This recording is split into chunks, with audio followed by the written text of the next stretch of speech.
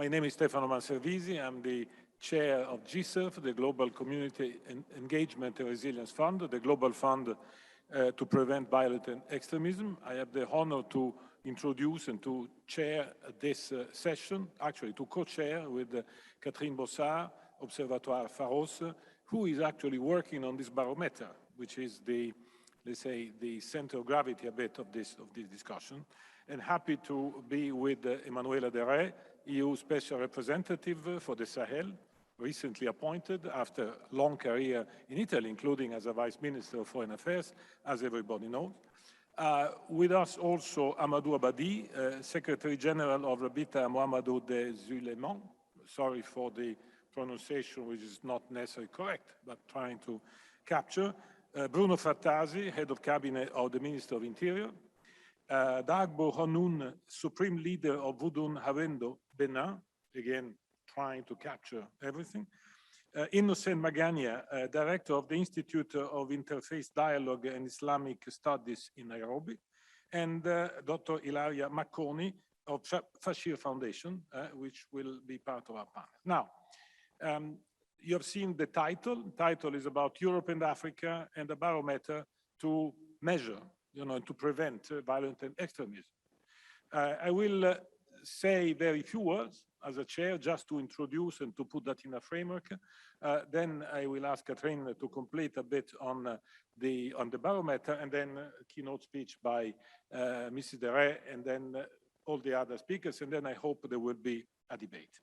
Now, a few points I would like to put for the debate and for your consideration. First, Africa is high in the European agenda, is a priority. And even the wording has changed. Now we talk about partnership, not development cooperation, not the partnership. So, and this wording is obviously much better in order to at least capture the idea, to be equal and to work in order to share. But partnership means also dialogue, and dialogue not only at institutional level, dialogue among people, dialogue in order to know each other better, dialogue to transform each other better. Now, is this dialogue happening, actually? I think is a good question, because institutionally speaking, of course, there is a lot of dialogue, a lot of meetings, but dialogue with people, among people, locally, in order to understand specifically interreligious dialogue is really happening. Personally, I have some doubts. So in any case, I would say not as it should happen. We are in a context of an event which is underlining the importance of interfaith dialogue. And I think that this interfaith dialogue between Europe and Africa and within Africa is not necessarily so strong.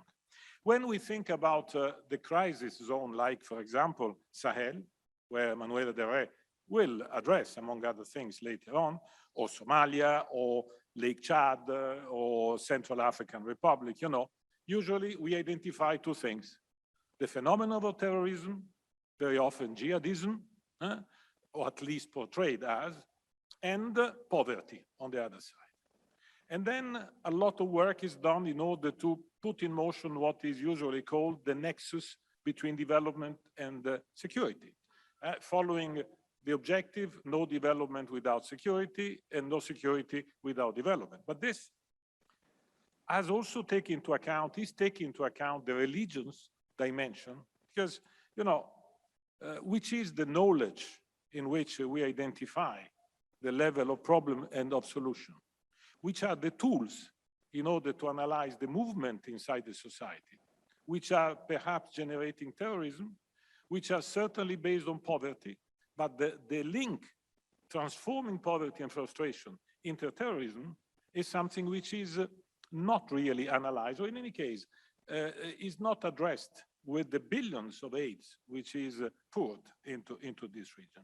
And religion on this play a crucial role. Very often, by the way, when we talk about investing more in the nexus between security and development, it means for many to invest more in security and a bit less on development, which is certainly important. But at the same time, it is not helping in identifying the granularity of the specificity of our societies. and the societies in Africa and the interactions. And therefore, the capacity of identifying the right things to do, the right interlocutors. We say that religion is not the problem. And the religion is very often, regularly often, used by terrorists in order to recruit. But it means that religion can also be a solution. Is the solution in order to counter the violent extremism, in order to counter the intoxication. Are we investing enough? Are we knowing enough? Are we identifying the leaders, the influencers, which are able to be the leverage, which can turn people into protagonists of their own resilience? This is, I think, is the key point. And religious dialogue and interfaith dialogue and identifying, let's say, the religious leader and influencer is crucial because it is the way to penetrate the fabric of these societies and to empower those which can help building resilience from inside. So in other terms, the issue is religions as an asset to build resilience through people, empowering people. As a GCERF, and I conclude here, we had made experiences. Well, by the way, I made the long experience as a Director General of the European Commission, putting billions in Sahel, Somalia, many others, big projects, but they're difficult to arrive to people. Now GCERF, Global Fund to Prevent Terrorism, is working exactly in the opposite, to micro level. For example, in Nigeria, setting up inter-religions forum in order to find the protagonist of the resilience building, not the Europeans, but from the inside. In Kenya, for example, collecting personal counter-terrorist narrative, the experience of individual people sharing their feeling. Or in Mali, for the radio talk shows, using radio, but also training influencers to use radio properly, and therefore challenging very often let's say, the terrorists or the intermediaries on their own ground. So therefore, this is what I would like to say. It's time to invest much more. But the question is, do we know enough? Are we equipped to read through the movement of the societies? I think we try empirically, but we are not very much equipped. And here, I would like to ask Catherine Bossard to, let's say, explain the project of a barometer of cultural and religious movement in order to, read through the societies from the inside, and also to offer to policymakers and to civil society itself a tool which is able precisely to read and to facilitate the identification of those which can be the actors of their own resilience. So this is a bit the issue as I can see it on the basis of my experience. Now, Catherine, please, can you explain a bit the project and the method, and then we can come back on this later on in discussion, please. Thank you, Stefano, and thank you to the organizer of this forum. So the Observatoire Pharos is a French association promoting cultural and religious pluralism in peace, for peace in societies. It has been founded 10 years ago with the launch of a World Watch on pluralism issues. And then from an actor of information, Observatoire Pharos has been progressively asked to be an actor of field action in diverse countries. So we worked in the Central African Republic and also in Indonesia, Pakistan, Syria, Nigeria to support pluralism defenders. In all our actions on the field, we felt that there was a huge lack of knowledge about religious dynamics and especially about the coexistence dynamics in both their individual and collective dimensions. So together with our local partners, we particularly felt the need to have a tool enabling to monitor the situation of pluralism in order to prevent from radicalization and conflict. And also a tool that would enable to identify and promote mechanisms for regulation and peace. And also a tool that would enable to understand better the phenomenon of identitarian tensions. So we concerted with our Lebanese partner, Adian Foundation, who is part of this forum, and we said, okay, let's do it. So 2 years ago, we launched a research aiming at creating a world barometer for religious pluralism in societies. First, maybe the question is why religious pluralism is so important. Because when plurality or diversity is a given, a fact, pluralism is a dynamic. And the energy of this dynamic is the willingness to make society, so to make peace. A Malian partner told me once, when all is failed, social bond is the last thing that remains. He perfectly knew what he was telling about. Religion plays a major role in social cohesion. Therefore, pluralism is a solution against fragmentation. It is a key for resilience, as Stefano said. So what is this tool about? The objective is to measure and report about the level of religious tensions in the society. It means tensions among sets of values that are different and sometimes opposite, sharing a same space. It is to measure, in one hand, the respect of religious particularities in a society, and in the other hand, the capacity and willingness of these different parties to contribute to a common project to make society. The approach of the barometer is scientific, not ideologic. We are not promoting only one unique way to implement pluralism. There are as many ways as there are societies. The objective is not to make an international ranking with what we could call good students and bad students. The objective is to follow the evolution of a society from a year to another, warn about risk situation, and support decision makers and society actors by providing a tool they need to strengthen justice and resilience. The better is to become a basis for policy making, for advocacy, and for field decision. For instance, Lebanon has witnessed serious cross-sectarian youth action. Yet it seems that sectarian and religious divisions are still the hidden factor that can make or break the survival of Lebanon. People are still strongly attached to their confession and feel an existential threat. In the hard transitional period, this tension needs to be carefully monitored. In any upcoming reforms of the Lebanese political system, these fears and tension need to be addressed. Lebanese diversity needs to be properly managed through a pluralistic system that encourages and preserves diversity, but not at the expense of citizenship. This is the case of Lebanon, but it gives an idea of what makes our barometer very crucial for countries all around the world. So what is it? The barometer is the methodology of measure, which is contextualized, taking into account the characteristics of a country.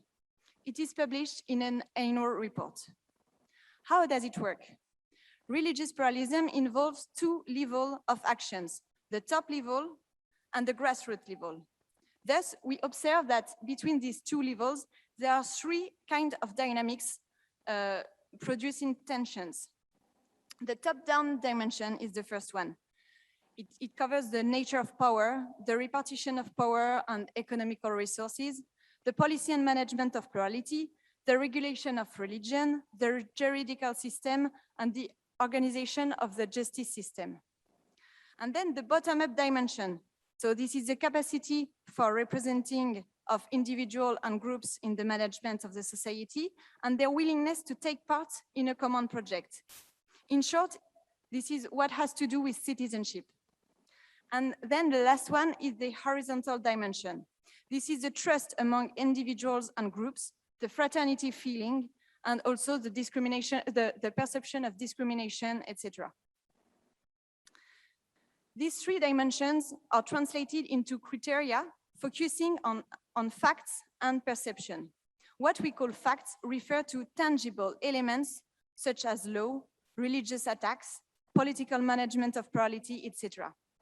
The other sphere, the perception, is particularly important. Someone said yesterday, war begins in mind. And this is particularly the case when it comes to conflict with religious dimension.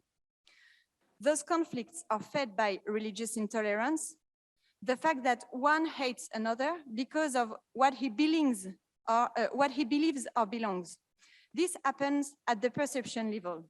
Fear, trauma, frustration, all of that generates profound violence since one becomes a target, not because of what he does, but because of what he is. The origin of the crisis in the Central African Republic is from a resource nature. What made it become the atrocity we know happened in people's mind, where economic or political frustration transformed into religious withdrawal and interreligious hatred. The Barometer may have warned about the risk of this dangerous transformation before 2013. So where we are now with this tool? After an exploratory research, we have launched the pilot phase, which is a research action project aiming to create the methodology of measure, focusing on 3 country cases: Mali, Lebanon, and France.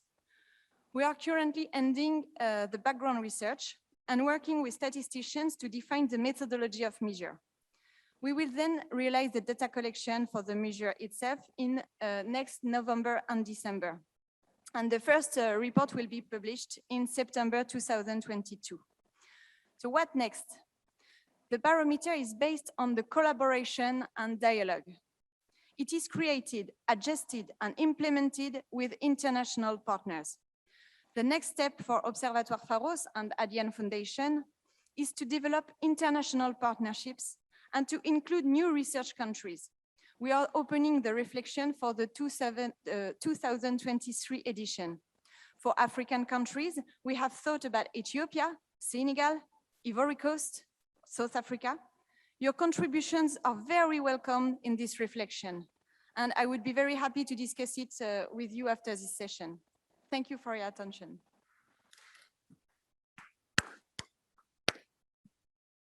Thank you, Catherine. And now, Emanuela, EU Special Representative for the Sahel, please. Yes, I just want to say that EU Special Representative for the Sahel, what does it mean? Because I understand that it's difficult to define my new role, but it is a very important role. I feel really the burden and the responsibility of it, because it implies that I represent 27 countries of the European Union, and I act on their behalf in order to cooperate with the countries of the Sahel to reach some positive and concrete results in the future in terms of security, development, and of course, stability in a sense of acquiring, let's say, the right instruments and sustainable tools to make sure that peace comes to the region, and it comes in a mode that would guarantee for next generations to be able to grow happily and to have the right opportunities to become citizens of the world. So my role is quite heavy in a sense. I am prepared, but just sharing with you some reflections regarding the interreligious dialogue, which is a topic and a domain in which I have worked for the last 30, almost 40 years. I have to say that I feel that there are some issues still to be solved that I would like to share with you, and maybe we could discuss potential solutions. In the last few days, as you know, the most important element that we have discussed in our media has been Afghanistan. And probably all my African friends know that Afghanistan has been considered a real threat also for other areas in the world, because there has been an immediate instinctive parallelism, for instance, between the Taliban and terrorism in the Sahel. I consider the risk of terrorism in the Sahel incredibly high, and of course, I continue to think that asymmetric wars are the real danger of the future. But I also want to say that, you know, this idea that we have a system of communicating vessels automatically starting out of an event like Afghanistan, I think it's superficial. I know Afghanistan very well, and I'm starting to know Sahel very well. And therefore, I would avoid this kind of parallelism because we risk to lose the focus on Sahel, and we risk to apply strategies and measures and also reflections in a way which is not appropriate. I say this because probably the most important and most negative illness, cultural illness, that we find in interreligious dialogue, in the way interreligious dialogue is seen, is the fact that everything is the same, that we can apply all the same measures, the same methodology, that there is no distinction between different religions, that we do not take into account, for instance, the fact that in some cases, and this is the case of some countries in Africa, for instance, religion is mixed with the local traditions. And this produces monsters such as female genital mutilations, which are not contemplated in Islam. And therefore, this is a product of a mixture that we should somehow address. There have been, through political interventions, continuous dialogue at all levels, successes. For instance, regarding female genital mutilations, I was very happy to announce last year that Sudan finally introduced a crime in the criminal code condemning forever the practice of female genital mutilations because it is considered a violation against the person and humanity.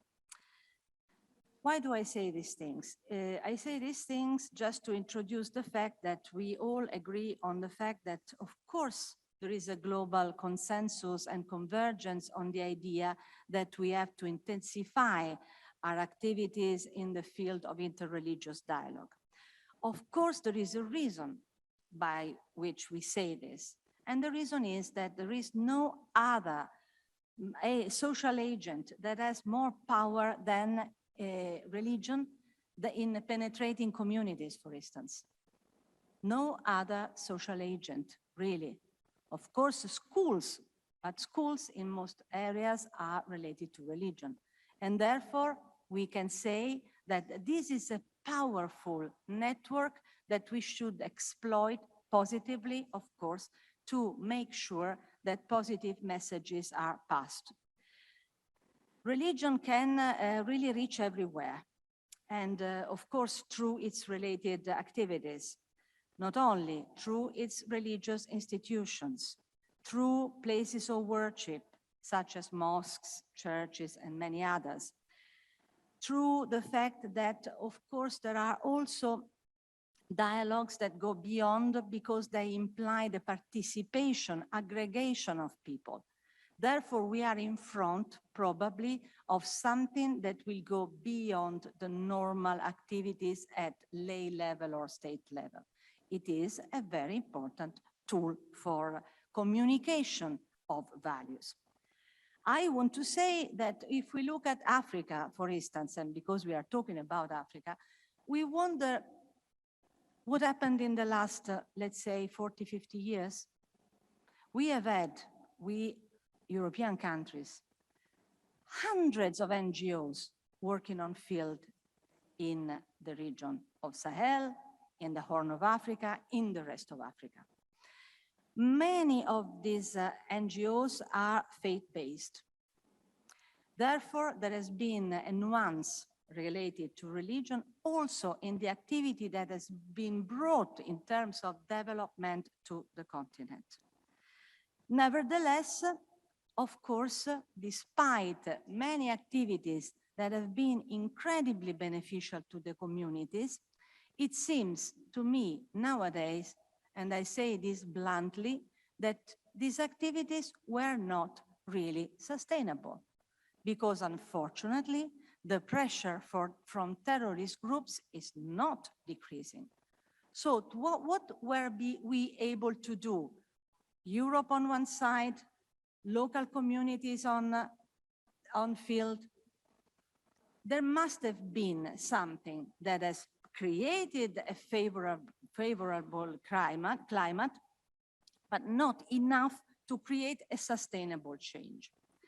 The problem, in my view, is that this enemy, terrorism and violence, derives from the fact that has been said very clearly also by my friend Stefano Manservisi, derives from a condition, a lifestyle, a situation of deprivation.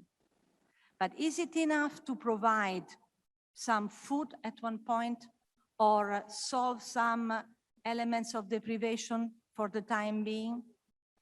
The problem is that terrorists provide an alternative system of welfare. And this is where we, the European Union, should intervene. We must provide an alternative to the horrible alternative, which is sustainable and truly functioning, creating an opportunity for resilience.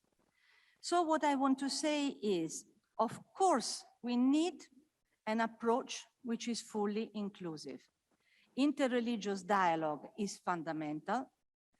Religious leaders must decide and will to provide the basis for people coming together and sharing.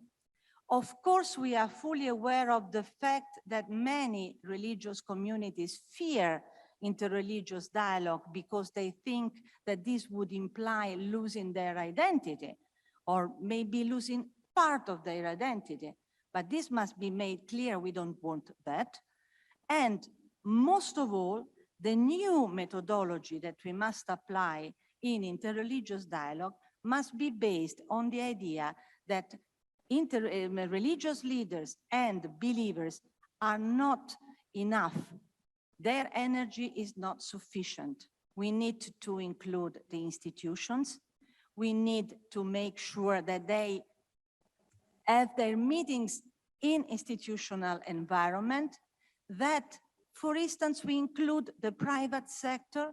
We make sure that business is included in this process, otherwise it would not be enough. I have a lot of experience in this sense in many areas. Lebanon, I have worked for years in Lebanon, and I know very well how it works and what the problems are. I can tell you that, for instance, there is a big problem in Africa regarding faith literacy that is also very much related to the fact that people talk about religion, but they do not really talk religion. They don't really express themselves in the real religious way. And this is a very serious problem we are aware of. And also, of course, we have to work very closely on the idea that we are not only moved by moral values, we are also moved very simply by interests, because it is in the interest of people to create stability. It is in the interest of the private sector to create stability, to make sure business works. It is in the interest of the government to have stability, to make sure that money circulates, financial institutions can contribute, and so on. Regarding the Union, to say that there has been an interest in dialogue since a long time ago. I was doing research and I found the first true signs of interest in 1994, when there was an initiative called for Europe, which favored dialogue representatives beyond the pure legal and economic interest. Then, of course, the Treaty of Lisbon in 2003, there is an article number 17 that mentions the space for regular, open and transparent dialogue in terms of religion. So there has been an interest. In the last 10 or 15 years, there has been a huge amount of different activities. Certainly, are these activities well, let's say, organized? have we really developed a system of interreligious dialogue or a methodology which is spread everywhere, shared by everywhere, which implies the collaboration of many? I can tell you that the position of special envoy for promotion of freedom of religion or belief outside the European Union has been vacant for 2 years. I was, I remember when I was cooperating with the previous special envoy. Now we have a new special envoy called Stylianides. But just to give you an example, on one hand, there is a lot of interest. On the other, probably we are a bit lost in, let's say, the huge amount of information we have. We find it difficult to identify the real good practices, and therefore sometimes we find ourselves to be very still in what we do instead of being dynamic. I want to tell you that there is a concept, a political concept that has been introduced, and here I talk about the Sahel, in the new European Union strategy for the Sahel. I think it will be good news for you because the new concept is the concept of mutual accountability. Mutual accountability, I have been reflecting very much on the concept. What does it mean? Mutual accountability between the countries of Africa and in particular the countries of Sahel? Does it mean instead that mutual accountability should also be between the European Union member states and institutions and the countries of Sahel?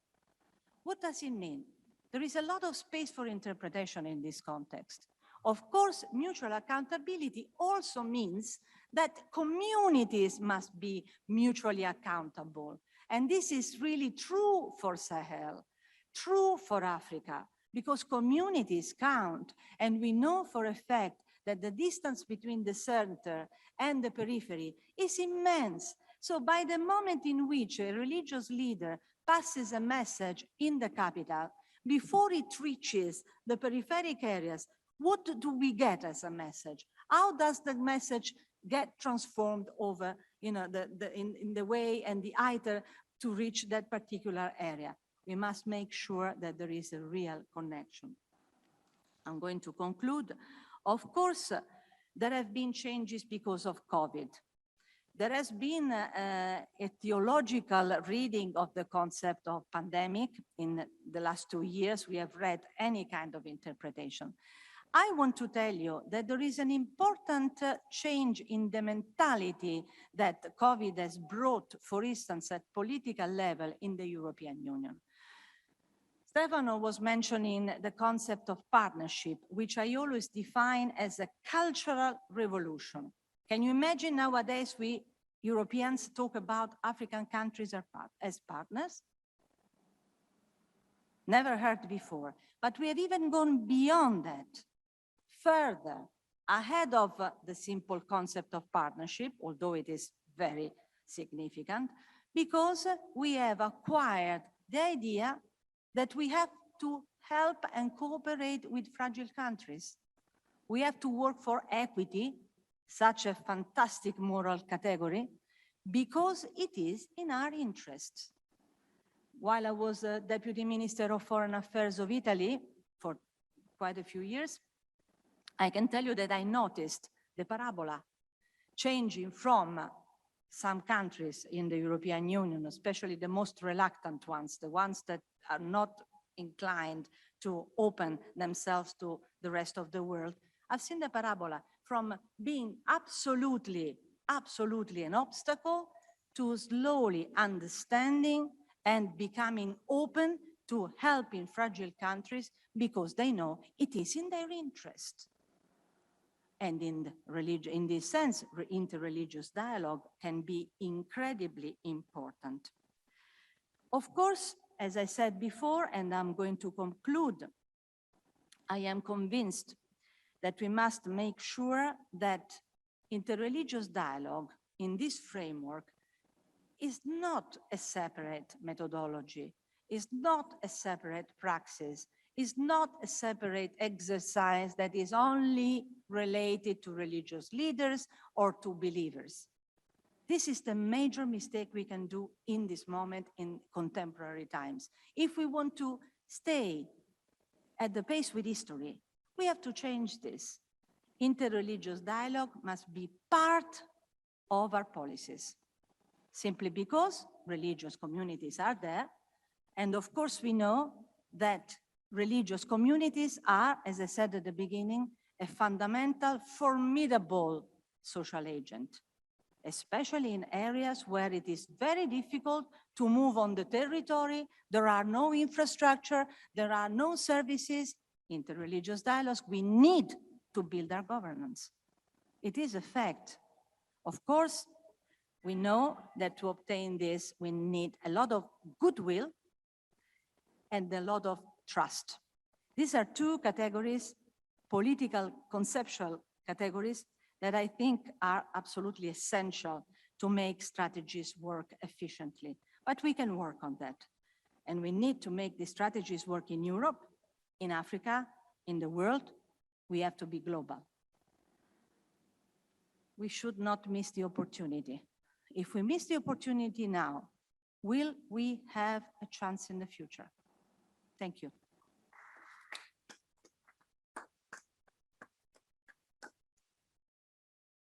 Thank you very much.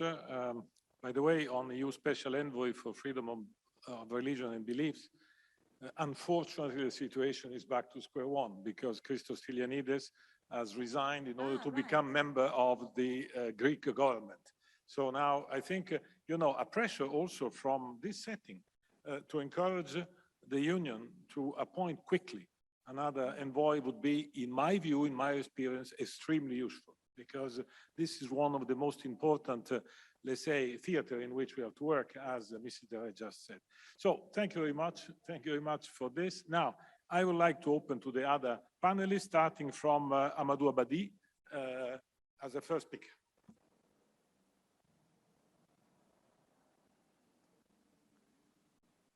Let's go to the... Amadou is probably missed somewhere. Therefore, let's say, Mr. Frattasi, please.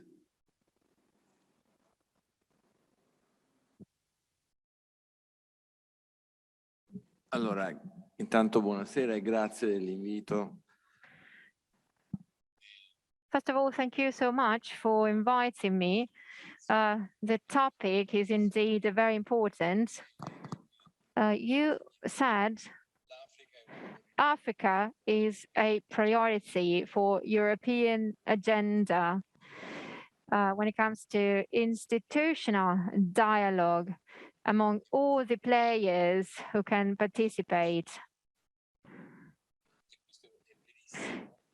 If this is true when it comes to the European agenda, it is even more important for Italy, for the Italian agenda, given the position of Italy and the relations of exchanges, in particular with Northern African countries.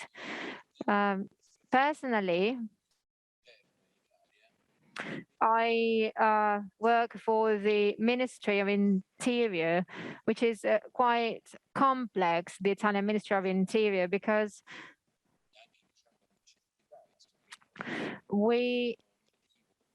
if we look at laws and regulations concerning the activity of the Ministry of Interior, well, the Ministry of Interior is at the core of the political life of the country. We deal with migration, but also religious affairs. The Minister of Interior is not, let's say, a Minister of Police. It is a minister dealing with citizens, and he deals with social inclusion with citizens, and also the different politics. So when it comes to inter-religious dialogue, well, for the Minister of Interior, this means to tackle the topic in a cross-domain way. And this approach belongs to the Ministry of Interior, as I said. And I would like also to actually, continuing what Emanuela the rest said, if we really want dialogue to go ahead, interreligious dialogue to continue, and to build a peaceful coexistence in countries, but also between countries, well, to do so, we need to go beyond the national dimension. And in particular, we need to implement our approach, the Italian approach, which is an approach including different disciplines and factors.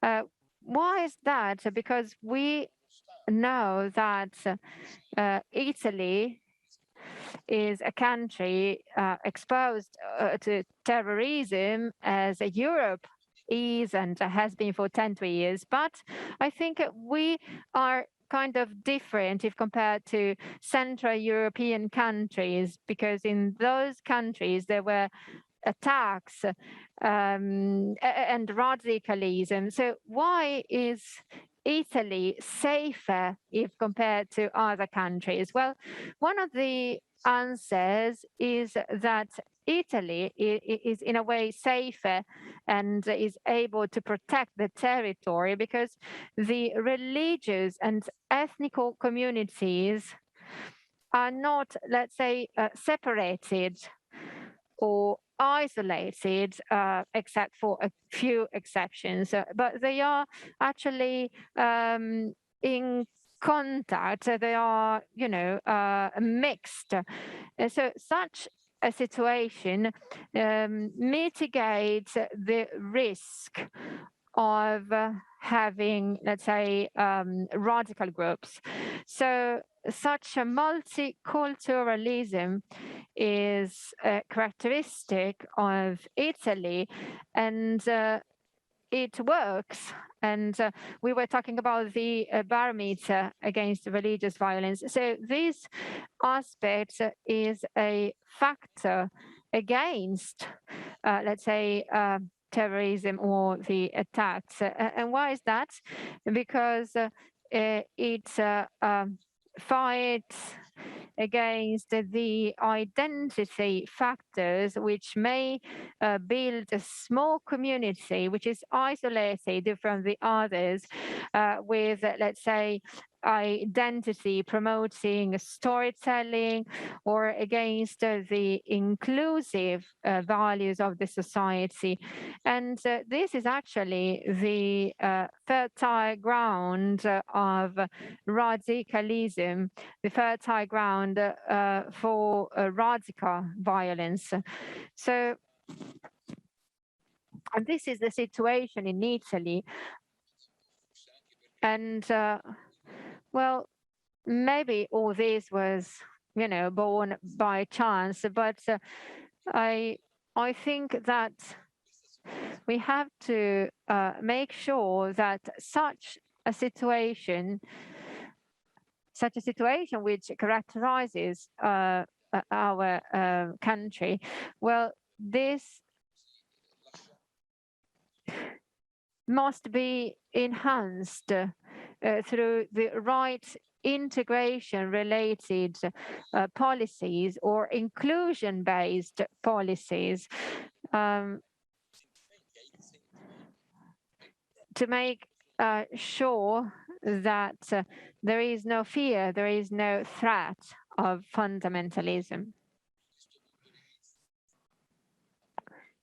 Having said this,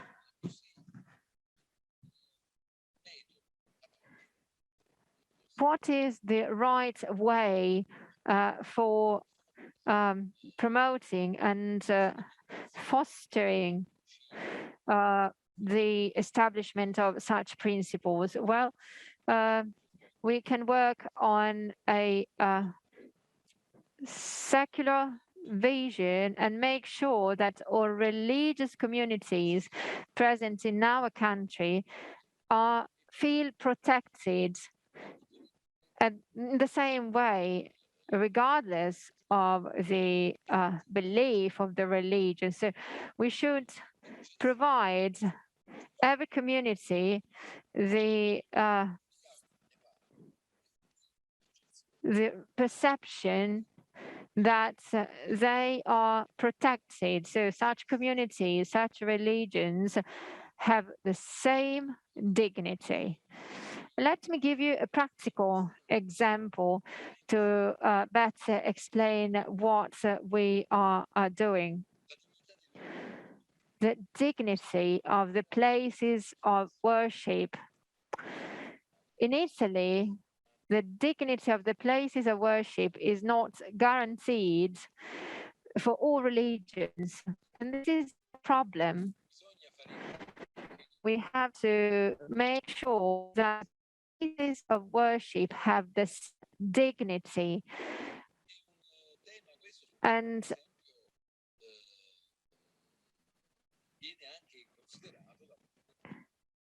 the National Act for Islam is something that was drafted a few years ago, was signed by the Minister of Interior, the Italian Minister of Interior, and the Muslim communities in Italy, at least most of them. So even such a document confirms that so the equality of religions in a secular vision of the state, of the country, where there are no differences, I mean, no different judgment of religions, but on the contrary, where good practices are established. And so there is no possibility for violent radicalization. Well, it goes without saying that there are also other factors which may play a role, and not only the, let's say, the Ministry of Interior, but the government as a whole, and in particular, I think of the relationship with local authorities, with the municipalities, because we are developing policies that promote the coexistence, and we want to avoid ghettos, for example, in the cities. And this is another important topic in order to prevent and avoid violent radicalization. We have a great opportunity ahead of us. We have the national plan of resilience, of recovery and resilience, and it refers to the next generation EU, of course, Italy, but also the other European countries. We have important, let's say, huge resources to be invested and allocated in urban areas, but also in the peripheral areas. And specific programs can be implemented for the planning of urban spaces, for the promotion of social inclusion, for the regeneration of places and areas where hate and violence are the factors which might trigger acts of violence. And on top of that, we have to work at schools when it comes to the education of young people, of Italian people, but also of second, third generation of migrants. Well, Italy is a bit different from other countries, European countries, because if compared to France or Belgium, we, let's say, migration boomed over the last 20, 30 years. So we now have, let's say, second and third generation migrants, and we know that the native migrants brought problems in other countries, for example, in the UK, in England, if you consider the attacks in 2005. So we actually, I mean, these attacks were perpetrated by people who were born and raised in those countries. So we have to look at the future generations. We have to focus on the education of the future generations. So education plays a key role, and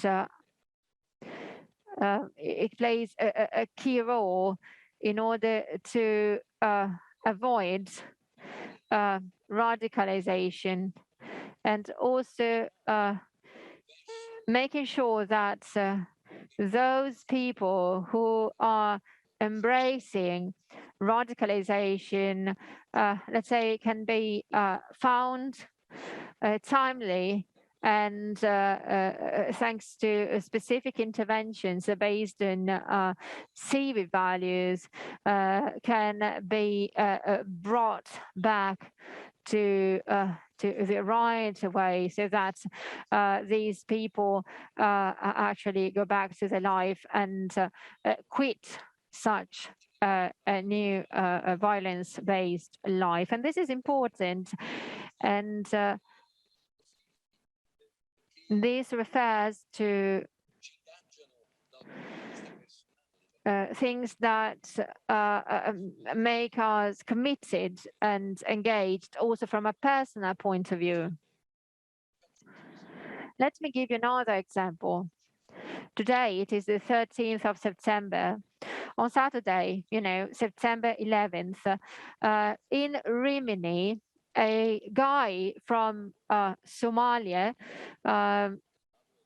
actually stabbed 5 people.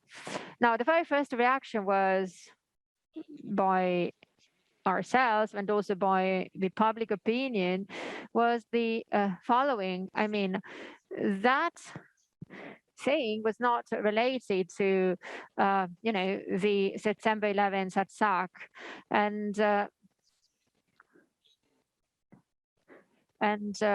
actually, people thought there was no association, no connection with the, let's say, the attacks and the 20th anniversary of the 9/11 attacks. However, almost everybody, and also the police forces, who then understood that, I mean, there was no connection with the 9/11 attacks. This person was in Sweden, Denmark before, but this is to say that there is a lot of, let's say, attention towards these events, but this is due to our ideas or stereotypes about migrants, and very often all this is associated with violent radicalism, even when it is not the case. So we associate all these to radicalism, and it is kind of difficult to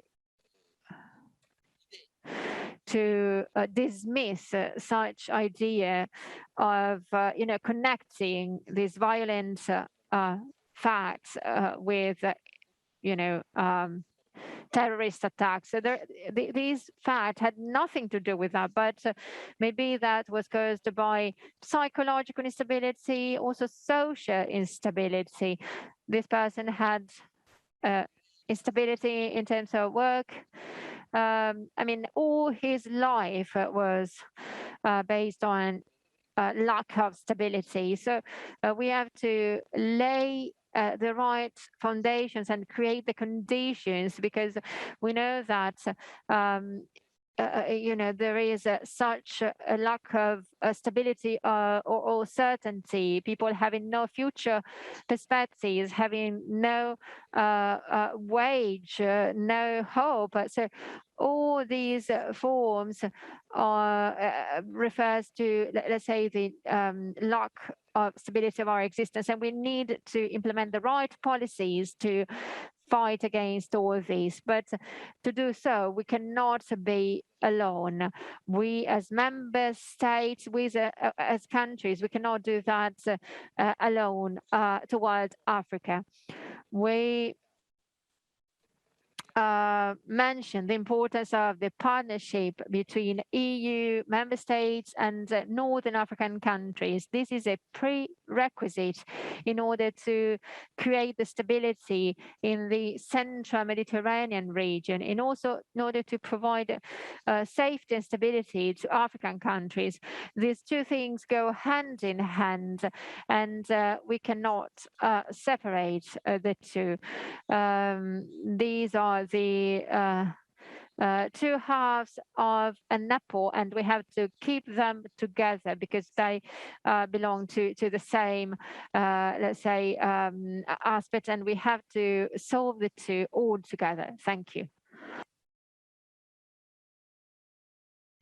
Molte grazie. No.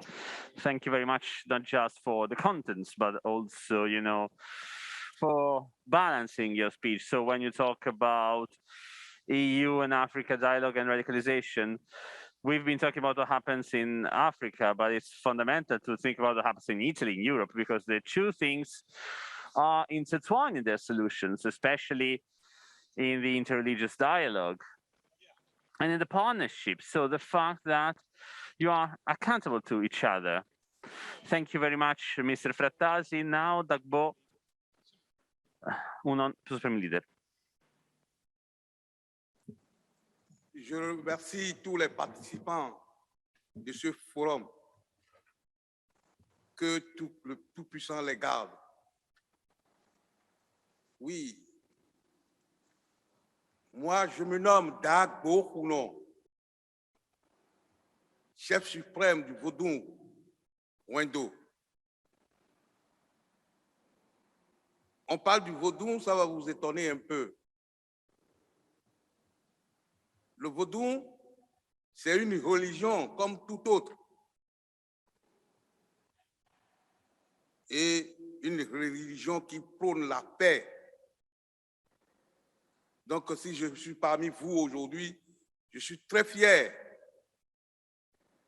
parce que je me sens dans ma famille. Aujourd'hui, il y a ceux qui veulent promouvoir la paix dans le monde. On parle du dialogue interreligieux. C'est très capital.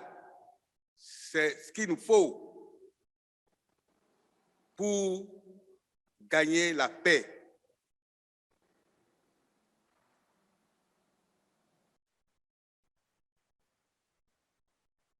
Cette assemblée qui est nommée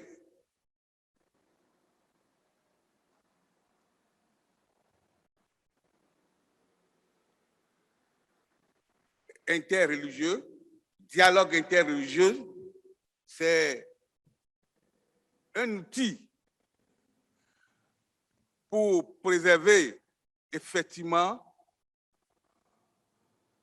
les cas sociaux.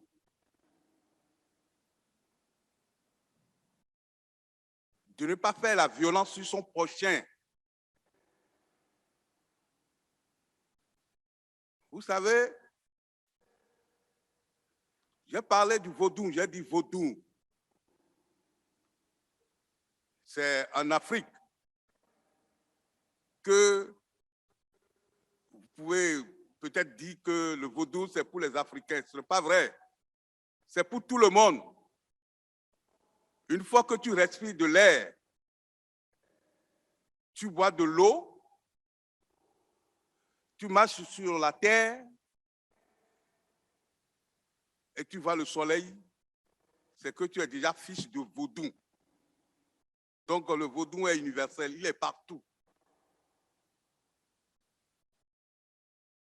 Peut-être que les gens disent quelque chose qui n'est pas conforme au Vodun. Les gens pensent que Vodun, c'est la sorcellerie. Non, ce n'est pas vrai. Ce n'est pas cela. C'est différent. Le vaudou lutte contre la sorcellerie. Donc, c'est clair qu'ils ne sont pas de la même famille. Le vaudou est basé sur les 4 éléments de la nature qui sont l'air, l'eau,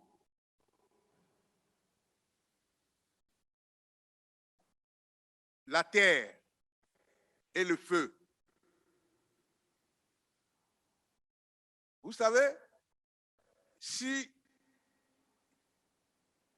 l'air s'arrête d'un instant à l'autre, 5 minutes, que deviendra-t-il l'humanité? Donc, ça veut dire que l'air, c'est très important pour l'humanité. L'eau, c'est indispensable pour l'homme et la femme. Il faut de l'eau pour survivre. L'eau est la source de vie. Donc, c'est très important. La terre, je l'ai dit tantôt, la terre, vous savez, si vous marchez sur la terre, c'est celle-là qui vous donne la vibration, ce qu'il vous faut pour supporter la journée.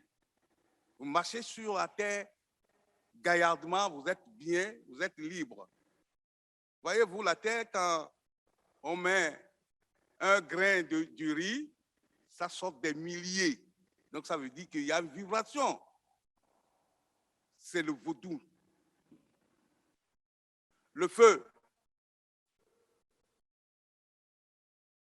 Voyez-vous, si vous recevez des raisons, vous voyez que ça vous fait du bien.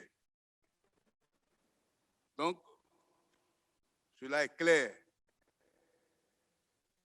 Le vaudou a ses principes. Le vaudou,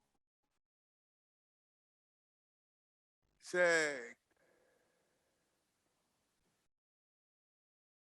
partout. Je viens de le dire que le vaudou est partout.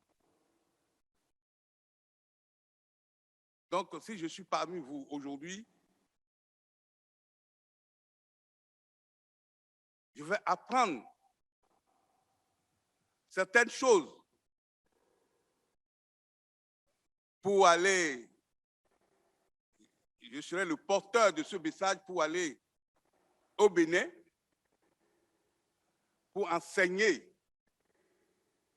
à mes collègues qui sont les dignitaires du vaudou. Le vaudou est partout. Ce n'est pas uniquement en Afrique. Donc,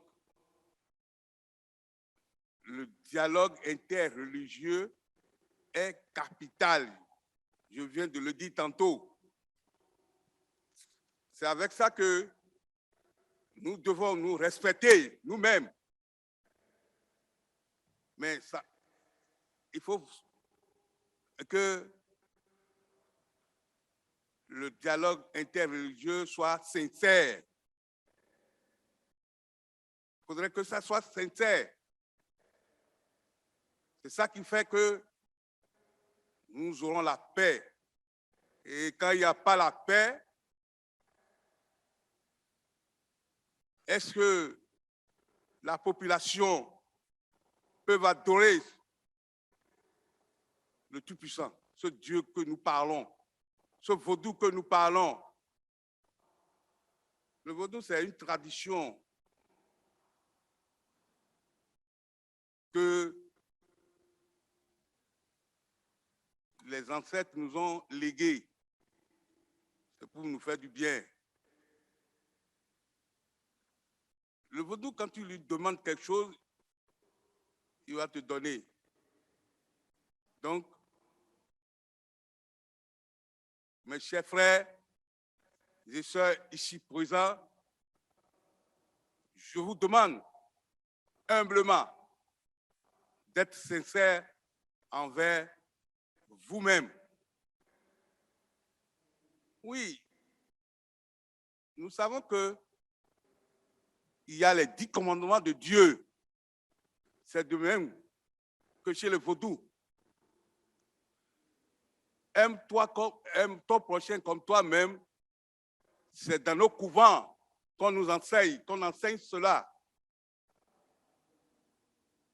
Donc, il ne faut pas chercher la femme de ton prochain. Il ne faut pas tuer.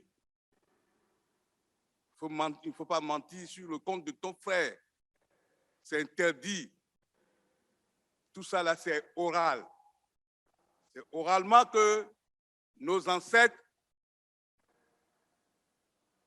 adoraient le vaudou. Donc, je vous l'ai dit, je viens de dire d'être sincère envers soi-même. Oui, il y a un phénomène qui sévit le monde entier. Oui, le réchauffement climatique.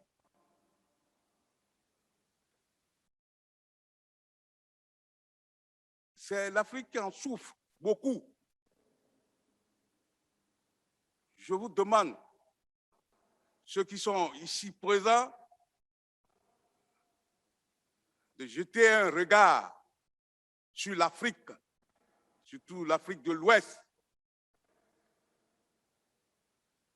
Ce réchauffement, c'est ça qui cause les dégâts que nous voyons aujourd'hui.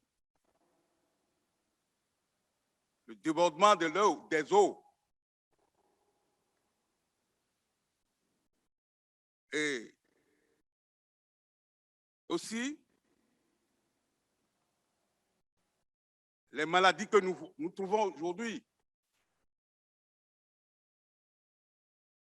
Donc, je demande à tout un chacun de nous, humblement, d'être sincère.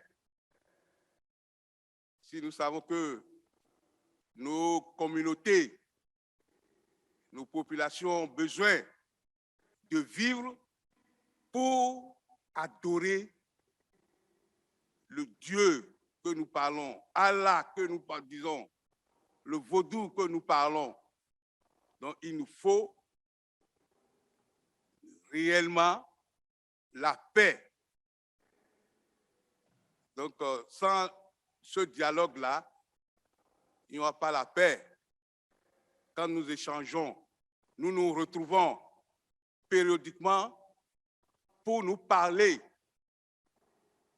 de Dieu. Je pense que on ne peut pas faire la violence sur son prochain. Dieu a interdit cela. Allah a dit non à la violence. Donc, mes chers participants,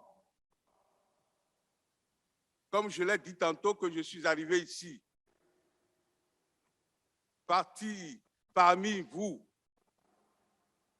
pour apprendre de vous, pour aller donner des instructions. Chez moi, en Afrique de l'Ouest, notamment au Bénin, si nous voulons que les choses aillent de bien, c'est pour ça que nous sommes là.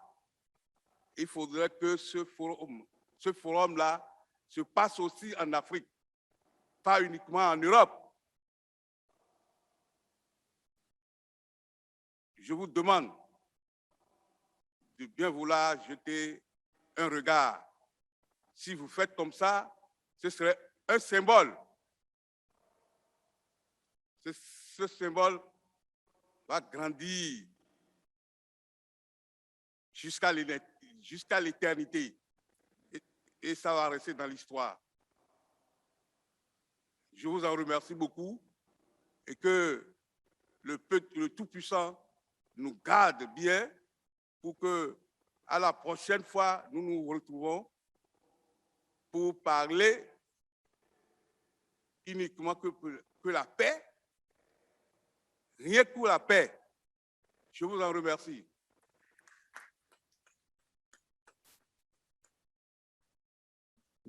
Je m'excuse, je vais prendre quelques minutes de votre temps pour vous dire qu'on a eu toutes les misères pour que le pontife soit ici présent.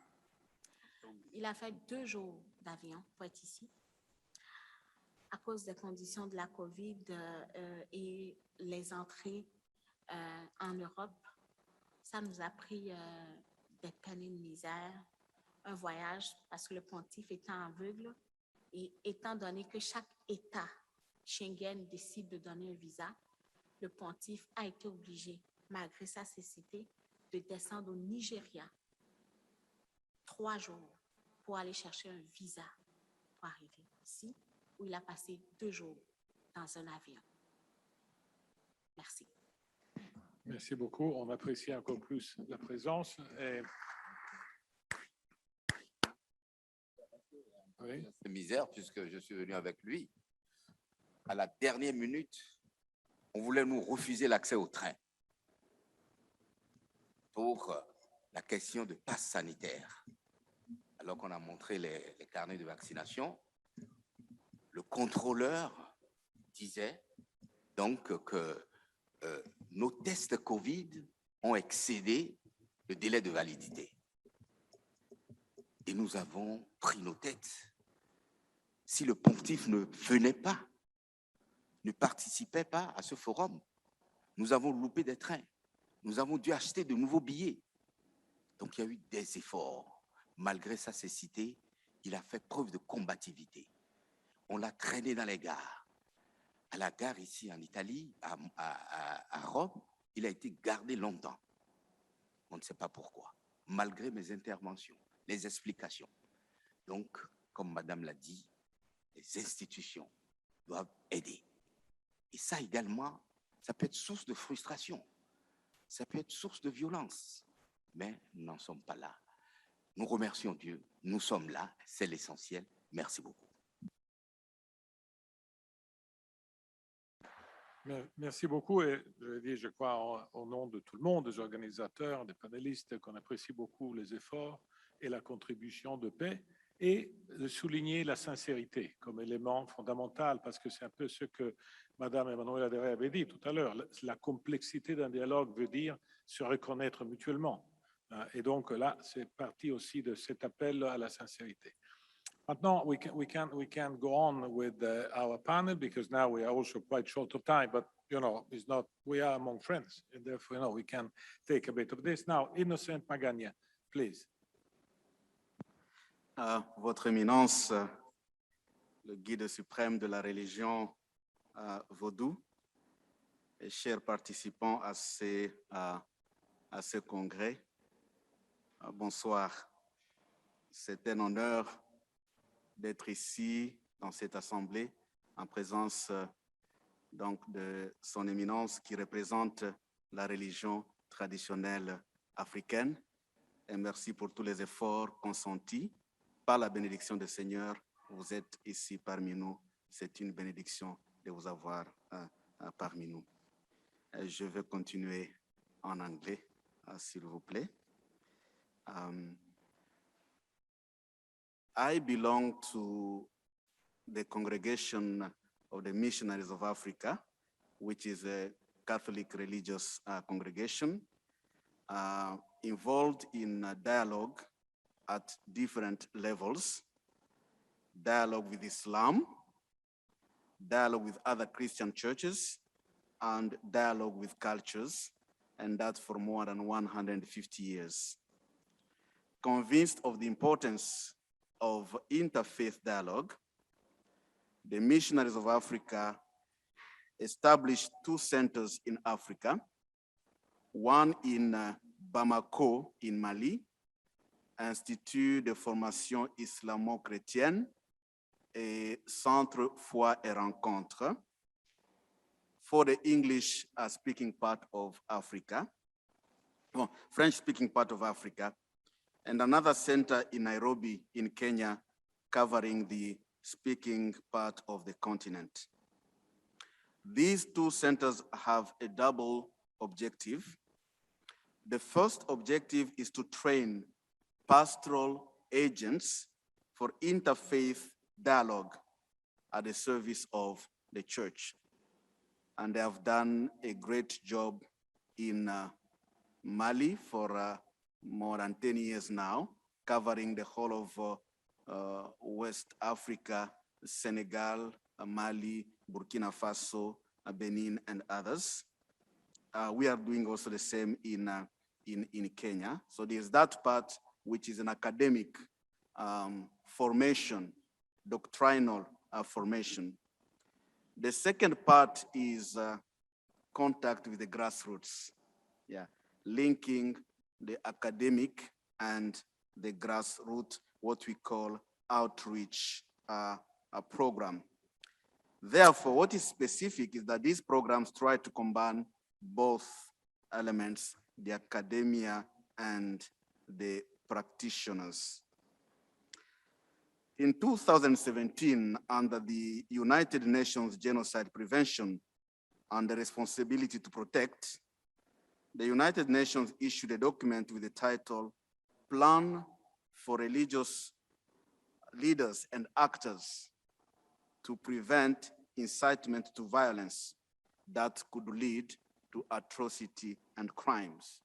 So the UN acknowledges the importance of religious leaders, the role they play in society, given their spiritual leadership and the influence that they have on their communities and the broader society. So the plan of action came as a result of religious leaders' influence on this community. In a more specific way, our religious leaders provide a deeper sense of, religion provides a deeper sense of belonging to individuals by the way of defining their beliefs, values, and ideologies, and ultimately their choices and arrangements. So although the level of influence of religion on individuals and groups may vary depending on myriad of social, political, and economic factors, there is no doubt, however, that majority of people worldwide are guided by religious, convictions. And that is something which is good that is being acknowledged by the UN, and here now, the European Union and so on. So it is in this line that the Institute for Interreligious Dialogue and Islamic Studies at Tangaza University College in Kenya tries to establish a hub for interreligious activities and programs in Kenya and beyond. Our students come from all over Africa, so they have a first-hand intercultural experience outside their own communities. The Institute has organized exposure programs for the German decision makers and partners. They have come twice for insertion into our program to live the experience of inter-religious dialogue from inside as an experience. The main feedback was Kenya has a lot more experience on interreligious dialogue as a tool for peace. I think that is something new that they have discovered and experienced. With our experience, we are able to identify, and I think that is what His Excellency Manservisi was saying, to identify influential persons in their societies and groups, and this only works with a permanent presence on the ground. So identifying key players with whom we can work at the grassroots. Interreligious dialogue has often been applied in delicate situations where unity from all key players in society is paramount. And throughout the world, different faith communities have tended to come together in the hour of need, so to broker peaceful coexistence among different opposing interest groups, or to pray for issues for national interest. And this is true for the Kenyan society. During critical moments in Kenya, different religious leaders come together to pray for the nation, as it happened after the Westgate Mall attack in 2013, or during the interreligious prayers organized by the President of the Republic himself to implore divine mercy in the time of the pandemic in 2020. So elsewhere, I mean, like in the United States and everywhere, interfaith dialogue becomes famous in bringing people together to pray at critical moments of the history of the country.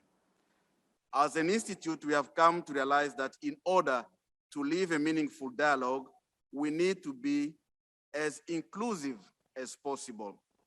Therefore, we have programs that addresses the youth and specifically the gender dimension in IRD.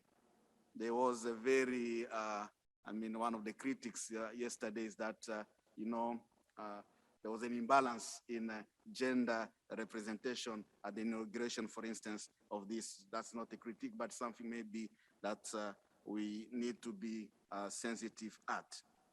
This component is growing organically and promising, and we give space to women and open space to everybody. And together with our partners, the Network for Religious and Traditional Peacemakers, the Muslim for Human Rights, Islamic Relief Kenya, Kenya Supreme Muslim Council, we are concluding a 2-year program on the rights of religious minorities in Kenya. Yeah, the rights of religious minority in Kenya. And this program covers practically the whole country, from Garissa in the northeast, with the border with Somalia, and in Mombasa at the coast. We are also working with the youth in the slum of Kibera, which is the biggest slum in Kenya. They came to us with a specific need. They do not want to be manipulated by politicians as we approach the elections next year. So we are conducting, trainings to see how they can be protagonists as we prepare ourselves to the next elections. Together with the Catholic Diocese of Ngong, which is among the Maasai, and the Umma University, the large Islamic university in Kenya, we have engaged in a common project at the grassroots level.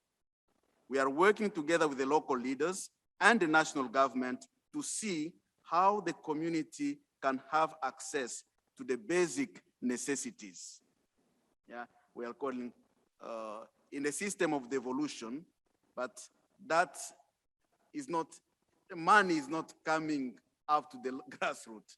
So we want to organize communities so that they can have, access to what the government can give in the devolved system. So it is a pilot project. Upon completion, we'll see if that can be replicated all over the country. And this is in line with the UN Sustainable Development Goals. Societal transformation and success of the Vision 2020 Development Agenda, as guided by the United Nations, cannot be achieved without lasting peace. The Institute for Interreligious Dialogue in Islamic Studies intend to play a crucial role in contributing towards peace and social cohesion in Kenya. It is a model that bridges the gap between the academia and the grassroots, as I've said. And our main strategy, in line with SDG number 17, is that of partnership. So the first partnership is between academic institutions and IRD practitioners at the grassroots. How do you bring the two together? The academics give a solid academic, doctrinal, and spiritual foundation of interreligious dialogue so that nobody can come and manipulate, when people are grounded in their own religious beliefs. The other level of partnership is, and then the grassroots inform also our programs. That's, yeah. The other level of partnership is the international partnership with all those who work in the same line. As Professor Azam Karam recently urged us, it is not about everybody creating a new project. It is about putting all our energies together for the same cause. As a young institution, we have only 2 years of existence, and we are learning a lot from different partners. And allow me just to mention a few of our partners as we insert ourselves in this dynamic of partnership for the same cause. We have Agiamondo Civil Peace Service, which is a German organization which provide personnel. And we have the technical support from the German in our program. We have Missio Munich, which also support our programs. We are in partnership with the Foundation for Religious Sciences, Giovanni XXIII, here in Bologna, in terms of academic program and exchange. We are in partnership with the International Institute for Islamic Studies in Qom, in Iran.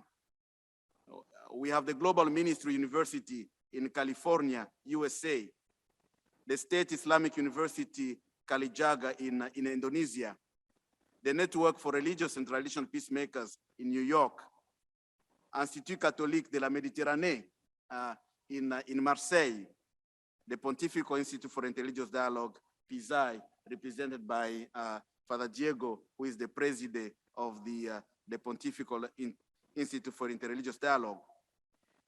In partnership with Umma University, which is the largest Islamic university in Kenya, Harmony Institute, and the Catholic Conference of the Kenya Catholic Conference of Catholic Bishops. So try to be as inclusive also in our partnership. Despite empirical evidence that interreligious dialogue plays a critical role in conflict resolution and peace building globally, teething problems often tend to drag these efforts backwards. Some of the common challenges include lack of financial resources for facilitation and the inability for some religious players to shed off their intransigent stand for the sake of common agreements on important societal issues.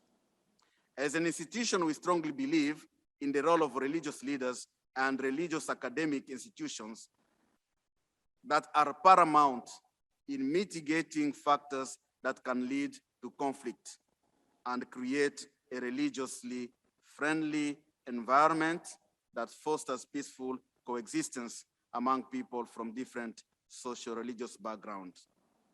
IRDIS was set up as an organically growing, inclusive institution for interreligious dialogue, focusing on building the capacities of actors to use IRD. So those who we empower people to work at the grassroots and to use interreligious dialogue as a tool for preventing extremism and building lasting collaborations within societies. In history, academic institutions have played also that important role in promoting positive engagement between people of different faith. For the respective communities to assure a different education for the new generations to be open to collaboration, mutual acceptance, fraternal initiatives, academic institutions have a role to play. We have just concluded a 3-day global event reflecting on Fratelli Tutti, where we had more than 3,000 people following us across the globe. And that wouldn't have been possible without partnership. Without that wouldn't have been possible. So the institute is therefore is placed strategically as a hub, and that is our dream for interreligious activities in Africa, for academic programs, outreach activities, trainings, and networking. It builds capacities on interreligious dialogue as constructive tools for peace and social cohesion, and enhance knowledge and collaboration among religions. IRD is used proactively as a tool for peace to empower women and minorities' role through the integration of gender perspective as a cross-cutting issue to interreligious dialogue. IRDs provides safe space for dialogue. Is a concept that we are developing. So not a physical space, but a space where people of different can come and dialogue, especially when they are of the same religious traditions, but they cannot talk together. But when they are within this space, they can come and collaborate together. It offers a space for dialogue encounters, advocates for individual and religious freedom, and the Institute also currently established full academic programs with international academic institutions. So, interreligious dialogue requires resources for mobilization of peace-building partners, as well as conveners to spearhead the process. These in themselves are likely to present challenges, especially given varied worldviews expected from different religious entities. We strongly need a North-South partnership dialogue, and I think this is the purpose of this panel, where we can learn from each other. Partnership is the way of the future, and I think Madam says even beyond the word partnership. We can learn from each other and emulate the best practices in countering and preventing religious violence and extremism. A forum such as this one is a good initiative in the right direction. The Institute for Interreligious Dialogue in Islamic Studies is honored to be here today, and we'll be looking forward for more partners to help us grow as we are still a young institution. So thank you very much. It's an honor to be here. Thank you very much. And now our last speaker, Dottoressa Macconi of Fascire, please. Thank you. Good afternoon. Thank you for your interest in this session, and thank you, Mr. Chairman, for your introduction. Let me start with a quote. Kenya's well-known philosopher, John Beatty, states that Africans are notoriously religious and that religion permeates every department of life. So with this in mind, we can then assume that religion plays an important role also in regard to conflict and violence. We can unfortunately not deny that in Africa, religious differences have assumed increasing importance as a major source of conflict. Yet, many of these conflicts have been caused by the abuse and violation of religious principles and by their distortion and manipulation. As many political analysts point out, one of the most effective countermeasures is the strengthening of peaceful interpretations of faith and the creation of interfaith networks to promote mutual understanding. And this is precisely the field of action I'm engaged in Kenya on behalf of the Foundation for Religious Studies, John 23rd. My personal experience brings me firstly to a reflection on the importance of Africa as a barometer against religious violence. If we only look at the demographic growth of this continent, we realize that it will affect deeply the world religious composition as well as its religious expression. In 1900, Africa had about 130 million people. In 2005, that had already passed the billion mark, and by 2050, according to some projections, could reach over 2 billion. So Africans today represent a much larger share of the world's population and the continent is home to some of the world's largest Christian and Muslim communities. To provide you with some numbers, in 2016, Africa had 27% of the global number of world Muslims, and in 2030, we'll have more Catholics than Europe. And now, Africa has already more Christians than any other continent. So African believers will have growing influence within the governing councils of great denominations and will alter the world's religious picture in other ways as well. Because of immigration and globalization, their churches and mosques, religious movements and customs will cross African borders. As a matter of fact, African independent churches are now firmly established in New York, London, and Ukraine. As Philippines right, religious changes are the most significant and revolutionary in the contemporary world. So we cannot overlook them, the country they are coming from. My second reflection is the importance to acknowledge that in Africa, religion is a major segment, and it is much more personal and rituals. Many African theologians, among them Mary Gateway, Philomena Mwaura, points out that in Kenya, people live in a religious universe, and religious well-being is very important for them.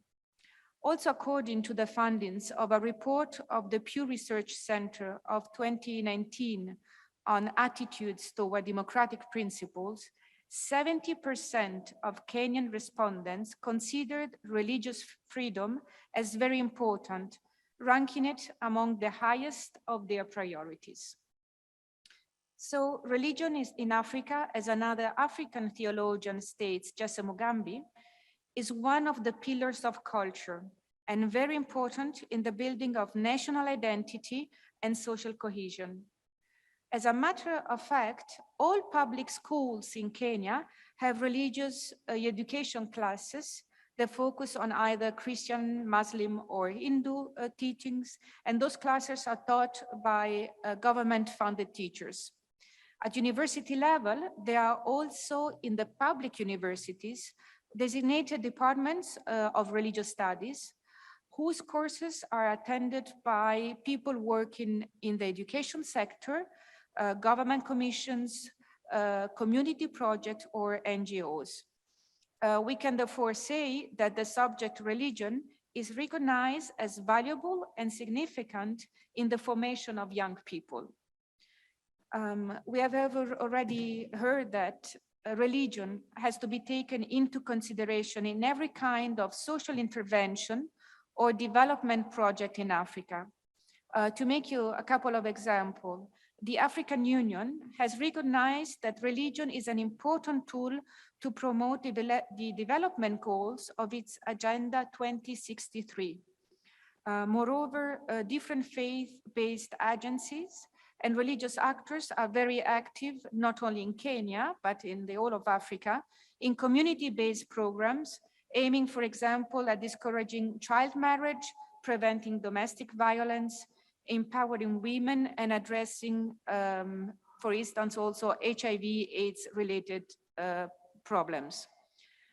Very importantly, religion plays a dominant role in matters of peace and reconciliation.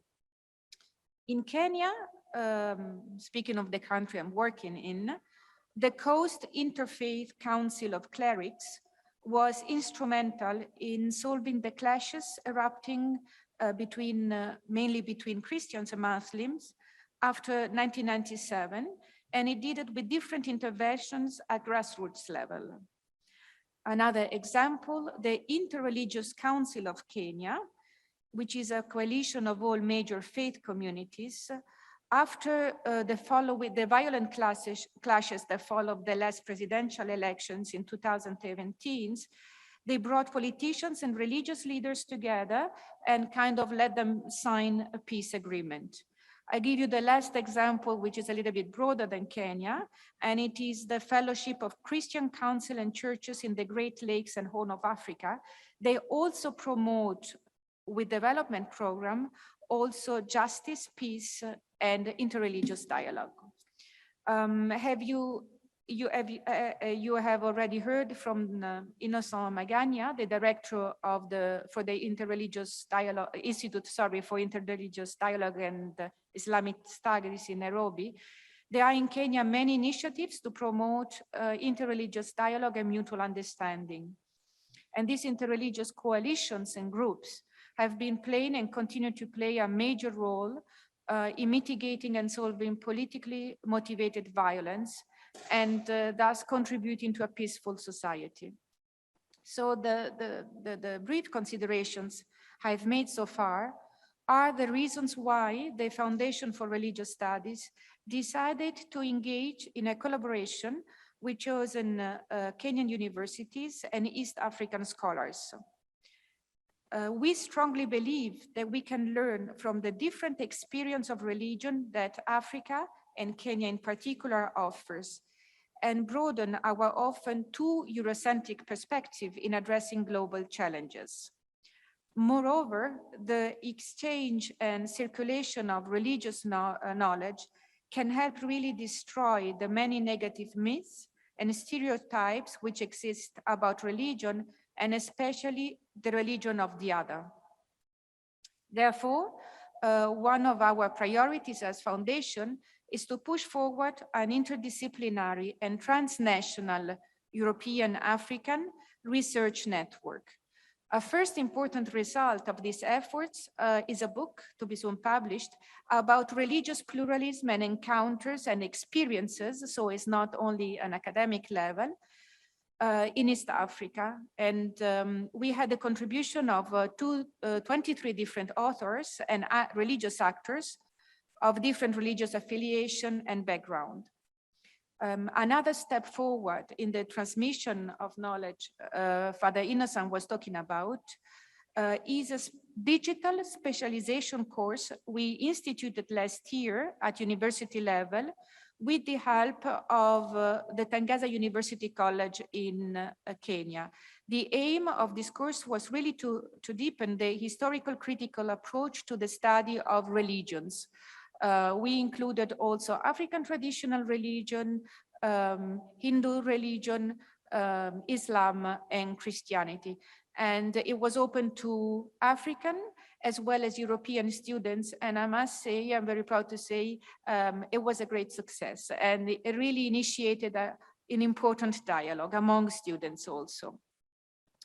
But because, as you have heard many times, it is very important also to reach the grassroots level, we are also planning different training courses and modules, what we call executive programs for government, community, and religious actors. So to conclude, we can definitely say that Africa will have in the future an ever-increasing influence in shaping the world religious landscape. Therefore, we have to engage Africa in the global discourse about religion as a tool for peace. Through scholarship and research, we can promote dialogue among stakeholders, help build bridges across faith communities, and contribute to policies that will help prevent integralism, radicalization, and ultimately religious violence. So I thank you for your attention. I'm really looking forward to the discussion.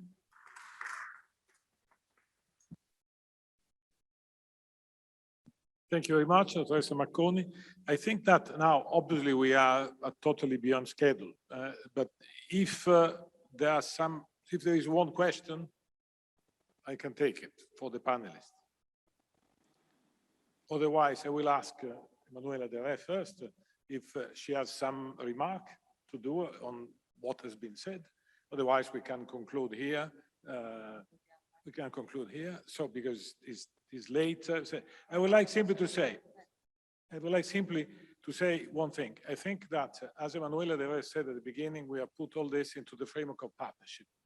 Partnership is complex, is a concept in the making, in the feeling.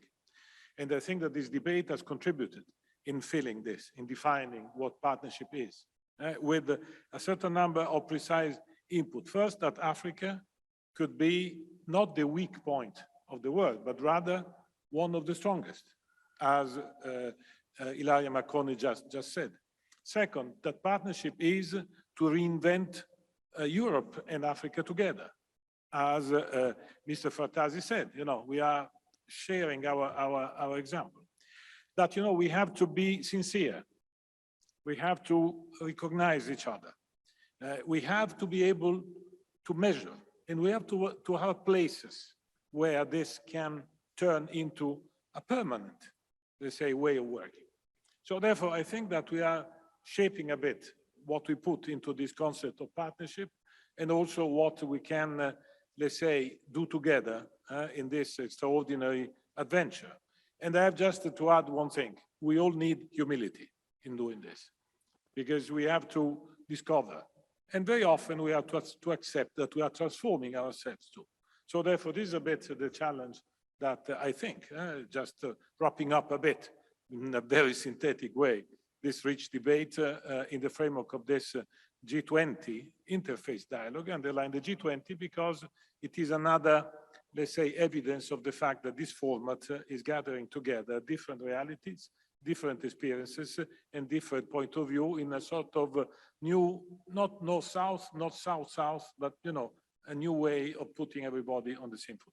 So just to have a few words of conclusion, and I would like to thank you, everybody. Thank you very much. Thank you also for those who had the patience to remain with us until the end, and see you tomorrow to the follow-up of our meeting.